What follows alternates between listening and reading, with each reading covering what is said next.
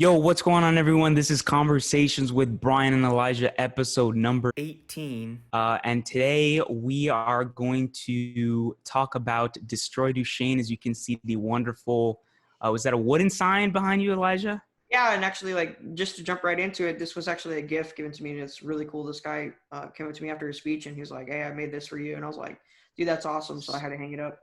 That's sweet. Yeah, that's a really, really cool sign. So today we're going to talk about Elijah's nonprofit, Destroy Duchenne.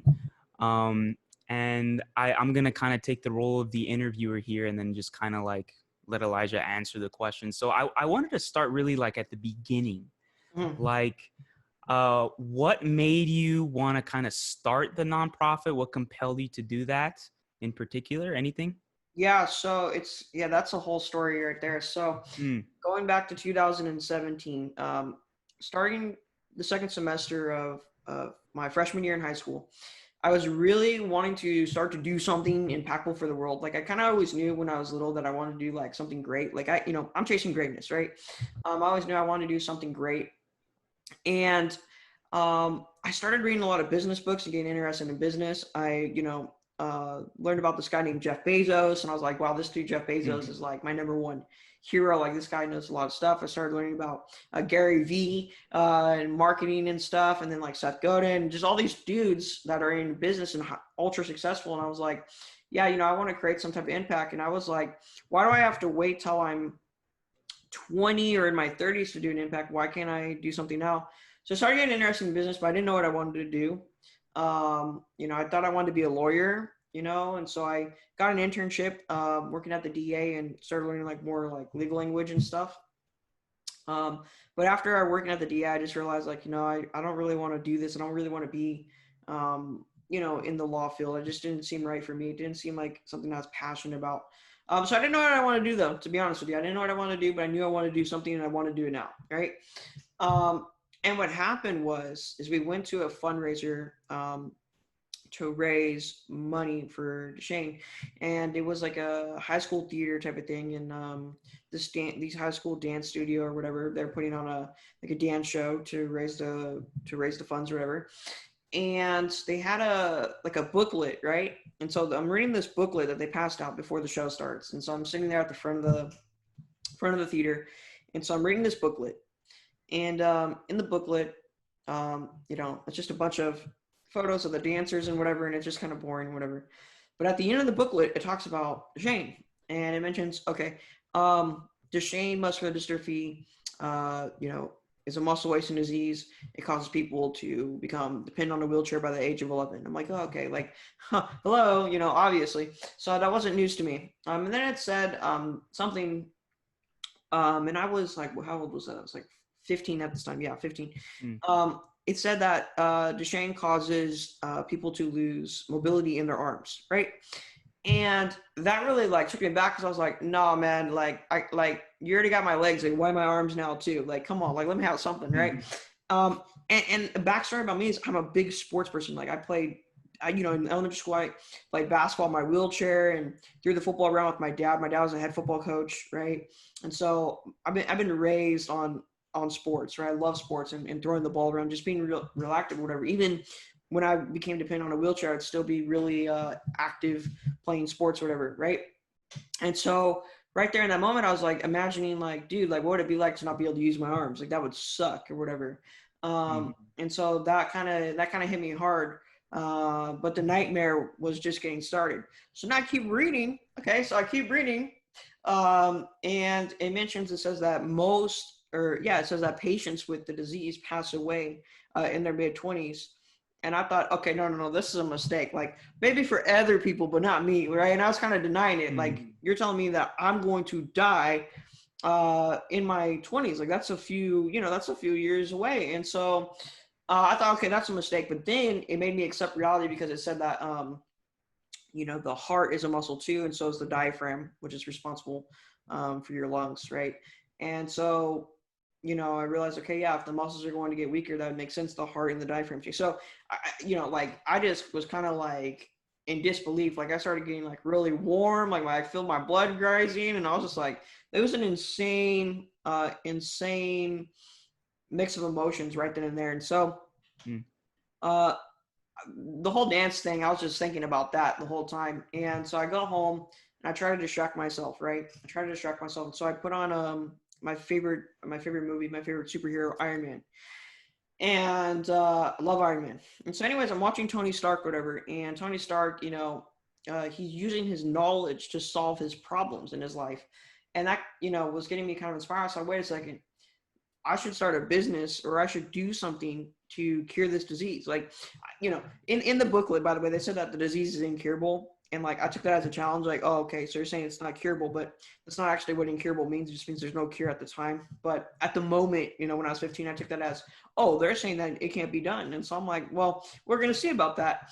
And so that's kind of what fired me up to take a notice of it and really pushed me over the edge to look into starting a nonprofit organization Mm. for Duchenne muscular dystrophy. What was you said you wanted to maybe start like a business? What was it about like the nonprofit space? Why did you choose that medium as like being the most Yeah. effective Mhm. or the path? Yeah. So I actually highly debated this, right, between corporation, like a traditional for-profit, Right. Yeah. or Yeah. a nonprofit. And the reason I went with a nonprofit is because I was being really realistic at the time. It's like, okay, I'm 15, um, I don't have a product. I don't really have anything like that to offer at the moment. So I thought the best thing I could do is probably a nonprofit and raise donations and kind of go at it from a that point that kind of strategy type of thing. And so I went with the nonprofit because it just made the most logical sense at the moment. Mm. Yeah. Interesting. Okay, so you start the nonprofit. How long has it been around for? 3 years? Yeah, we're going on 3 years. So 2017, July 25th. I literally, the day that I stopped my internship, the day that my internship was over with the district attorney's office, I came home and I go in my backyard. I'm already wearing my suit and tie, so I was like, perfect, right? And so you can even, if you look at the video too, it's on my Instagram. You'll see me wearing the badge still. I have my DA badge on, and I go in my backyard, have my little brother film me, and I'm like, hey there, I'm starting a nonprofit, whatever, follow it, like here, let's go. And I started like a GoFundMe to raise money for the initial fees, for the legal fees. Got it. Got it. I wanted $600. Well, we raised $1,000 in the first week, so already off to an amazing start, already breaking expectations, right? And that's what we did in that first week. So yeah, it was. I started it like July 25th, but officially, we got our tax exemption in Mm. sometime April 2018. So honestly, I mean, you can't do that much in terms of raising money without the tax exemption, right? So maybe you say it's less than 3 years. I don't know when you want to, officially say it started. Right. Right. Got it. Yeah. Yeah. Yeah. I Yeah. would say July 25th. That's what I always tell people. Okay, so what were like the first moves after you got that like tax exemption? What was like, okay, like, am I just gonna market like in my area? Am I gonna do it in my state or maybe just like, Yeah. just my high school? What was your like game plan? Yeah, so the game plan is pretty interesting, right? So my strategy is to really go wide and try to gain a large um, attention Death Star type of thing, as Gary Vee would call it. Right, right. Um, and I just want to build tons of awareness. And I think that if people are truly inspired, they will donate. I don't believe in manipulating people and like donate, donate, donate. I mean, I actually have never asked for a donation. I've asked people to come to the fundraisers, but that's different. But I've never actually asked for a donation. Maybe I will in the future. But right now, I'm focused on building that awareness because that's a huge issue, which I guess we can get into right now, right? So I'll answer your question, I promise. But let me pivot a little bit. So when it comes to Duchenne, there's not a lot of awareness on it. I mean, Brian, have you heard of Duchenne before you met me? No, no. No. I knew that there were there's diseases similar to it, right? Yeah, muscular dystrophy is yeah. Yeah, yeah. But I wasn't aware of Duchenne in particular. So Duchenne, it causes people like you really start to see the side effects when you're about 5 years old. You start to walk on your toes, you start to fall frequently on the floor. It just looks very abnormal. So it started making life harder at 5. And then at 11, around 11, people become completely dependent on a wheelchair. And so that is a whole set of new challenges right there. And then, like I said, in their early 20s, they pass away.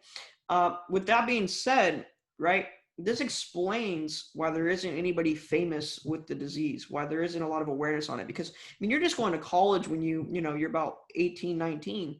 That's where you make a lot of connections and friends. And that right there could create a lot more awareness. But, people are already struggling right then and there. And the wheelchair adds a whole set of other social problems, perhaps, if you let it. And that right there can create, a huge problem for awareness. When you look at other diseases, right? If you look at Michael J. Fox was extremely famous before he was diagnosed with Parkinson's.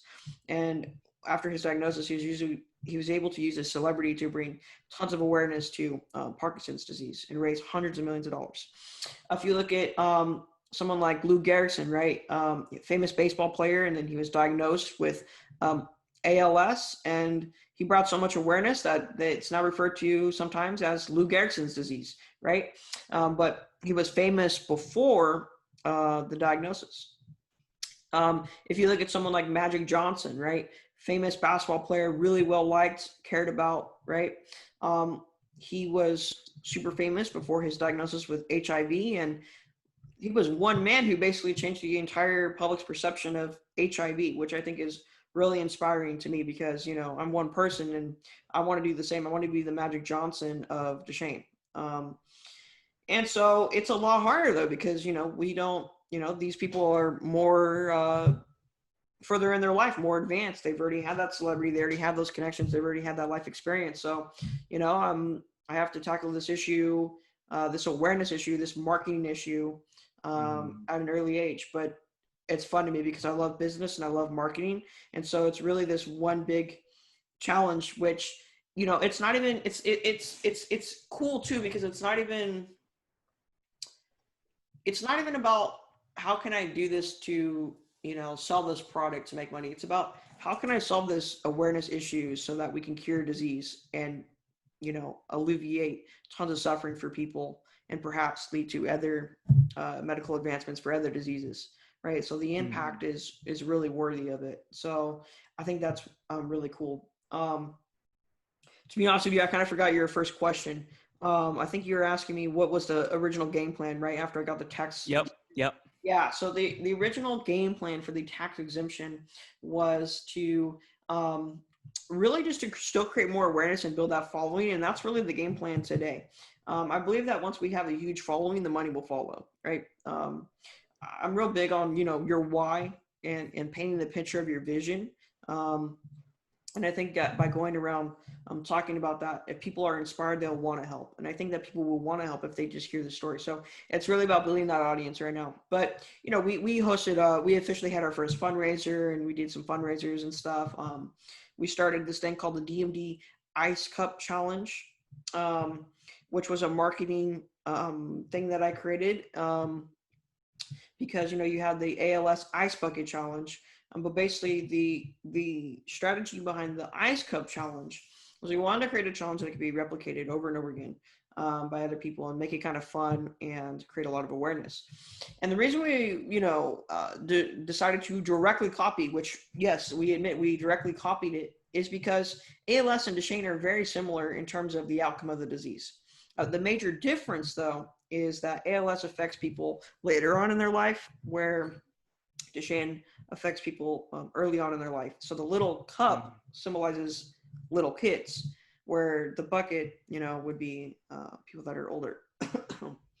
But that's kind of where we went with that, and it was pretty crazy because I woke up to CEOs doing it at these major biotech companies to people doing it literally on nearly every continent on Earth.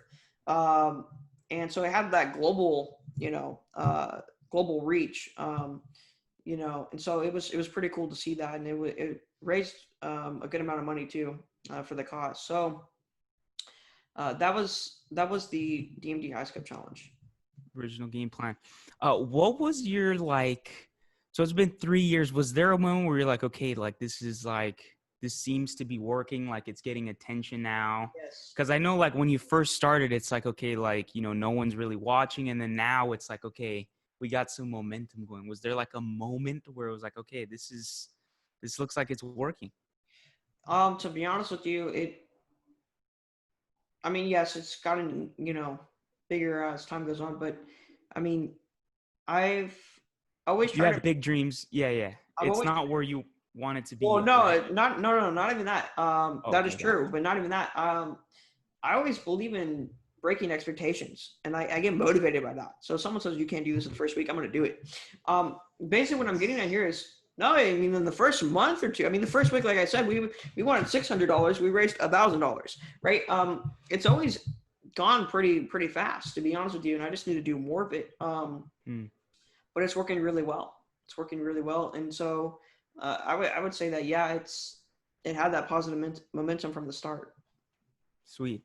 Okay. Now I kind of wanted to like dive in like a little bit more in detail in the disease. What's the game plan to curing it? Is it just a matter just of raising money, and then just giving it to like a biotech company, or what are the details to curing the disease? What needs to happen? Yeah, that's a really important question, I think.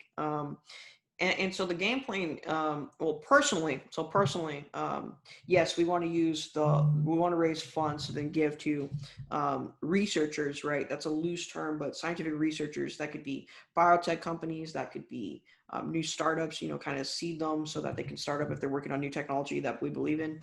And on a personal note, I'm studying biology right now. That's my major. I'm going to do whatever it takes to cure this disease. So if I'm working in the lab doing the actual science, I'll do that. If I'm raising the money to give to other researchers who are further on in their biology careers than me, then that works too. Whatever it takes to get this done, we're gonna do it. Now, uh, Destroy Duchenne's mission is to complete the cure for Duchenne muscular dystrophy by advancing gene editing and gene therapy technologies into human practice. So we have two things here that we're focused on: gene editing and gene therapy. And that is we're really in exciting times. I think that we're entering what I call the golden age of medicine. And so, so if we're going to give money to a researcher, they have to be either in gene editing or gene therapy, or something that's going to advance that. If not, then we're really just not interested. And so I guess I'll start with gene editing, right? So gene editing is the ability to basically rewrite your DNA code. And so with genetic diseases, you have a fault in your DNA code. For example, let's just say that, I don't know, let's take the sentence, I went to red. Okay, I went to red. That doesn't make sense. What does that mean? I went to red. But it's one letter, the R in red, that needs to be corrected. If I could replace that R with a B, I went to, now it says bed. Now the sentence reads, I went to bed, and that reads correctly. And so that's what gene editing allows us to do, essentially, is basically rewrite the DNA code to fix it. So with Duchenne, there's faulty DNA, and we need to be able to rewrite that so then it reads correctly, and that would lead to the muscles not deteriorating. We can get into why that happens too, the science of that. Now, moving on to gene therapy. Gene therapy is pretty interesting too. Gene therapy is basically inserting the wording so that it still reads correctly. Let's just say that you have a messed up page, okay, in the book, or a messed up sentence. But you're just going to insert another page. So yeah, this page is messed up, but if I flip to the next page, well, I can still get the information and it still reads correctly and it still works. Both approaches are good, and both approaches will help different people. Some are more unique to others, but both approaches will help solve the disease, and that's really what I want to get at. It's complete the cure, right? It's not find the cure; it's complete the cure.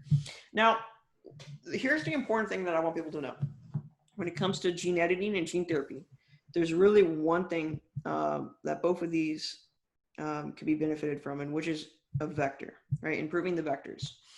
And so I'm really interested in improving or advancing vector research. And a vector is basically, just a generic scientific term for the delivery vehicle of genetic information. And so we need to basically be able to, you know, deliver it better into someone's body, which is what, within the body. They refer to that as in vivo. And so we need to be able to do that. And so the vectors need to be able to do it safely and effectively. They need to be able to transform enough cells to do that. And when it comes to gene therapy, okay, so this is really interesting and unique to Duchenne itself. Duchenne, the reason, so let's get into the science of why Yep. why muscles deteriorate. So with Duchenne, you have this. So inside the myocyte cells, you have this this kind of like protein chain, which is called dystrophin. And basically, the way I like to think about it is, imagine that you have a roof, okay, and you have like a support beam or like a pillar that holds the roof up. Okay, that's a healthy muscle cell, a healthy myocyte cell. So in your cells, that's what it would look like, right? You have that pillar. Now, in my cells, I don't have the right blueprints to build the house correctly. So that pillar is missing, okay? That pillar is missing holding up my roof, okay? And the roof in this analogy is the cell membrane. And every time that you contract a muscle, that roof kind of shakes a little bit. And so your pillar holds that up and makes it from not ripping. Since I don't have that pillar, every time I contract a muscle, it rips. Okay, the roof rips, and so it kind of caves in on itself, if you will. And what happens then is an unnatural amount of chemicals enter the cell, and it activates like protease and stuff, which tells the cell to self-destruct. Okay, and so my cells are self-destructing faster than they should be. And so that's why muscles are dying off. Okay. And so that is what's going on there. Okay. And so what is responsible for encoding dystrophin is your genes, right? And so that's what's wrong. But it's actually the largest gene in your body that encodes for dystrophin. Okay. So now going back to it, so improving the vectors, since dystrophin is the largest gene in your body, right? That's a lot of genetic information, and we currently don't have a vector, a delivery vehicle that could deliver that large of a package, if you will. And so we need to be able to create a vector that can deliver that large of a package. Right now, some companies, what they're trying to do is called mini dystrophin, where they basically will take half of the gene and then insert it, but that's like just inserting half the page. I don't want half the page. I want the whole page. So, so we need to improve the vectors to do that. And there's some companies that are now working on it that have their startups, they're in their infancy, but more money, the faster they can get things done. So that's where we would come in and then fund them. And so that's really exciting, but I know I just gave you tons of information. I'm sure that some of it, I don't know, does it all make sense? Or No, it all makes complete sense now. And I think so I think an important distinction here is, like how you said earlier, complete the cure, not find the cure. yes. And like, I don't know, the question I always had was like, if we know how to cure it, like, why isn't it? It's just a matter of literally just money and research. Yes. It's a matter of really just money. You're right.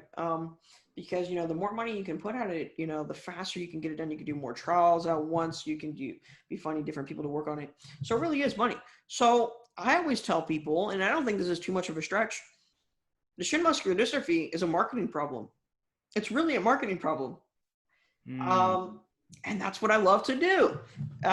So I think I have a real opportunity with the support of other people and some amazing team members to really cure this disease, to destroy Duchenne.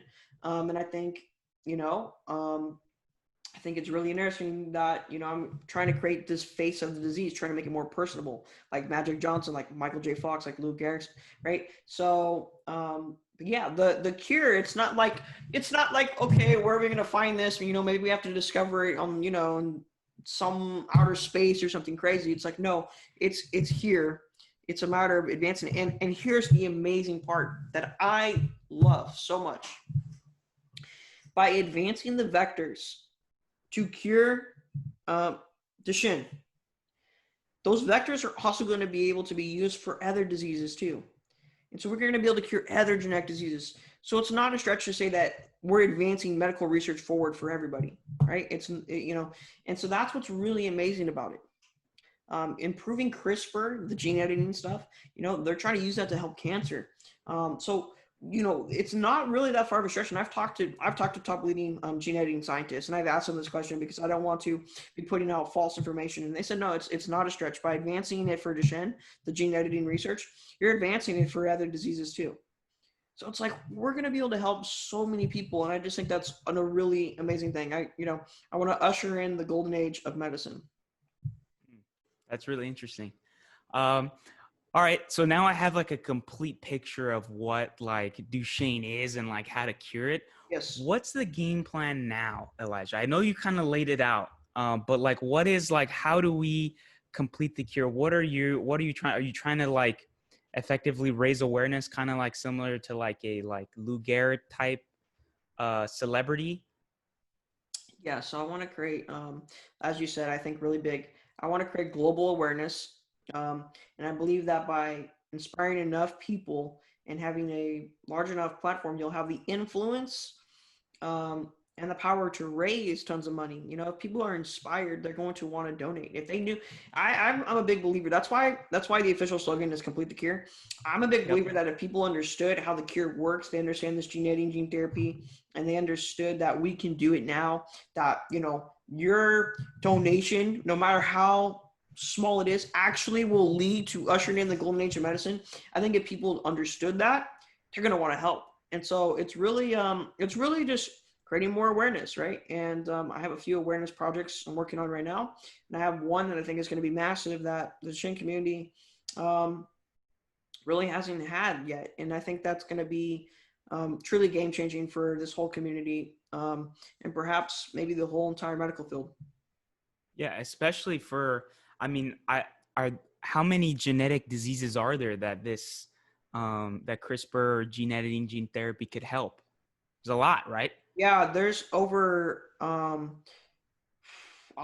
play it safe, but over thousands. But Mm, I don't want to put out false information, but yeah, that's a good question. I'm gonna get that exact number, but yeah, it's over thousands. I know that for sure. And um, CRISPR can do more than just cure diseases. It could also um, perhaps I mean they're actually, and I talked to the CEO of Sarepta Therapeutics about this before it became a huge crisis, but I talked to him about using CRISPR when we had lunch. I talked to him about using CRISPR to help with the coronavirus, right? And he said that was an interesting idea. And I read recently that they're using DNA, RNA targeting stuff now for some reason to maybe develop something to help with the coronavirus. Like the applications for CRISPR and gene editing is pretty wide, and it's pretty cool because it can help alleviate so much suffering and help humanity advance forward. mm. Yeah, that's interesting. I think so you think even there a marketing problem with CRISPR in general, Yes, you I would. think? Yes, 100%. I would totally. I think that CRISPR needs a face behind it. Um, and I guess you're gonna. I guess I'm just gonna be honest. I'm self-appointing myself to do that. But I think it makes sense if a person with a disease who knows it and is a biology major would be the face of the disease. I think that makes perfect sense. But yes, there is a marketing problem. No offense to. Well, let me reword this correctly.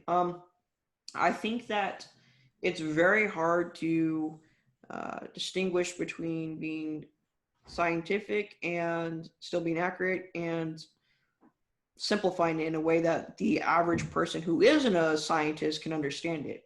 And I think that there's uh, uh, a missing link between scientists and business people. And I am a science person and I am a business person. And so, I'm a marketer, but I'm also uh, hopefully one day a scientist, right? And so I feel that I can be the bridge that connects the two worlds together. Hmm. Interesting. Yeah, because I mean, dude, like once you kind of lay out what CRISPR is, like in like especially with that roof analogy and kind of what the medical applications are, Yeah. like anybody that listens to that will be intrigued by it. Like but it's tough to lay it out in simplified form. Yeah, no, I mean, not to brag, but I guess I'm gonna brag for a second. I had some scientists review parts of my upcoming book where I talk about this, and I use those terms that I thought super deeply about how can I simplify this so everybody understands it, and they're like, yeah, I've never heard someone simplify it as well as you have before. So. And I mean, they're literally the people in the lab doing the research that create all this stuff. So um, I totally agree with you. I think that if people understood it, complete the cure, um, they're going to support it. Boom. All right. How long have we been filming here? Like 30 minutes. Are there any like details that I missed? Questions Yeah. about Duchenne you wanted to So touch on? I think we should go a little bit deeper into the overall cause, though. Huh. The vision of it. I think that would be a good place to talk about. Do Um, it. so the vision of Destroy Duchenne, right, is to see those with diseases cured and their health restored back to normal. So it's not even a matter of just we want to stop the let's define cure. I define cure as stopping progression of the disease, meaning that your disease is not going to worsen, right? It's halted completely. Um, and then with the restoration part, I want to, eventually, as this organization progresses, I want to look into research to restore, muscle loss. Can we restore it? I don't know. But I think it would be interesting. There's stuff with stem cells and stuff like that that's intriguing to me. Can we restore muscle loss? And can we look into other things? Like people that get into car accidents. Their nerves, they get paralyzed. Can we restore damaged nerves? I don't know. But I think that would be really interesting. That's really the vision of Destroy Duchenne. So it's a very big vision, but a very positive, optimistic one. And then the why of the organization, like why do what I do? It's really simple. It's to minimize human suffering and advance human prosperity so that humanity can have a better quality of life. And so that's really why I do Destroy Duchenne. It's because we want to minimize that human suffering. And by curing diseases, humanity is going to have a better quality of life. And so that's what everything is rooted in on this cause. Interesting. Okay, got it. So CRISPR halts the progress of muscle deterioration, Yes. but then the other thing is muscle restoration. Yes. Got it. Okay. Did you by any chance see the Elon Musk Joe Rogan podcast they did? I think they did one recently, like a few months ago. I mean, I saw clips. I don't know if I. Okay. But what happened? In it, Elon was talking about this startup he's funding that is working on some kind of nervous system restoration chip, I think, where they Neuralink? basically is it Neuralink? I think it is. Yeah. It's the thing that connects AI to like humanity or whatever type of thing. Something like that. But he described it as they insert it in your brain. And it'll actually act as like if you're blind, it'll actually like restore your vision because it'll like connect all the missing nerve links. It'll detect when you have a stroke, like if you're about to have a stroke, and it'll activate like a brain impulse that'll make the stroke go away. And it was a lot of really, really interesting things that that I don't know if they have anything to do with muscle restoration. Does that have anything to do with nervous system at all? Um, Or nothing? no, I don't think so necessarily because Got it. Okay. yeah, they'd be different. But yeah, that's an Elon Musk's interesting guy. Yeah, I just thought it was an interesting kind of like a lot of different medical applications for that. And like, yeah, I think you know about Neuralink. Mm-hmm. It has stuff to do with AI as well. Yeah, my friend who will get on the podcast hopefully one day. He's very into this stuff. He's actually studying this in New York. Mm. Actually gave a TED talk before, and he's super into AI and robotics and all that stuff. And so he knows all about this stuff, but he kind of says that Elon Musk is kind of lying. Like we are not that close. Mm. Elon Musk said in the same podcast that in 5 years you won't even need to speak anymore. You'll just be like communicating thoughts. Yeah, he did say that. He did say that it was like you would start to be telepathic and you'd become like a superhuman almost. Yeah, Like that's far away, and I don't even know if that's getting into philosophy. Okay, this podcast is taking a turn, but getting into philosophy and everything like that, I don't even know if that's possible because like when you talk about like uploading your consciousness and whatever, like, well, what is consciousness, right? Is thinking just a series of patterns, which that's basically what AI is. Like I'm actually reading a book on AI right now. Is it just a series of patterns? Like because that's what machine learning does. It basically looks over tons of stuff, and the reason why it's getting so much attention now is because we have the computing power to look at tons and tons of patterns now, which it's really good at detecting differences in. But is that necessarily thinking? Like it gets into a weird philosophy thing. Is like, what is actually thinking? Because you have to define it in order to say, well, no, that is thinking. I don't know if I believe that a machine can actually be conscious. I don't know if I believe that, to be honest with you. So that's a whole nother podcast, which I think would be very interesting. yeah, that would be really interesting.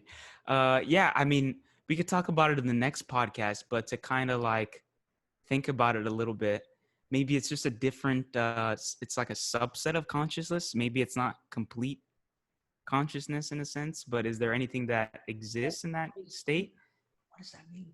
What does Yeah, yeah. subconsciousness mean? I Yeah, don't, I that's an interesting thought that that's interesting.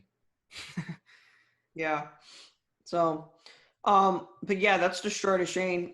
That's just a little bit of it, to be honest with you. There's so much more we can talk about. Maybe we'll do as Elijah always says, a part two of it. So, I think that yeah, we should probably talk about Destroy Duchenne more on the podcast. Yeah, yeah.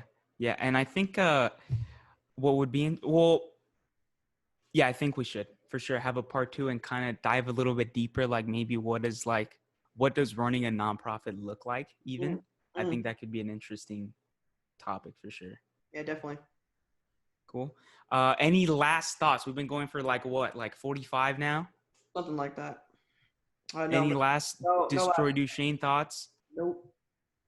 None for me either. This has been Conversations with Brian and Elijah, episode number 18.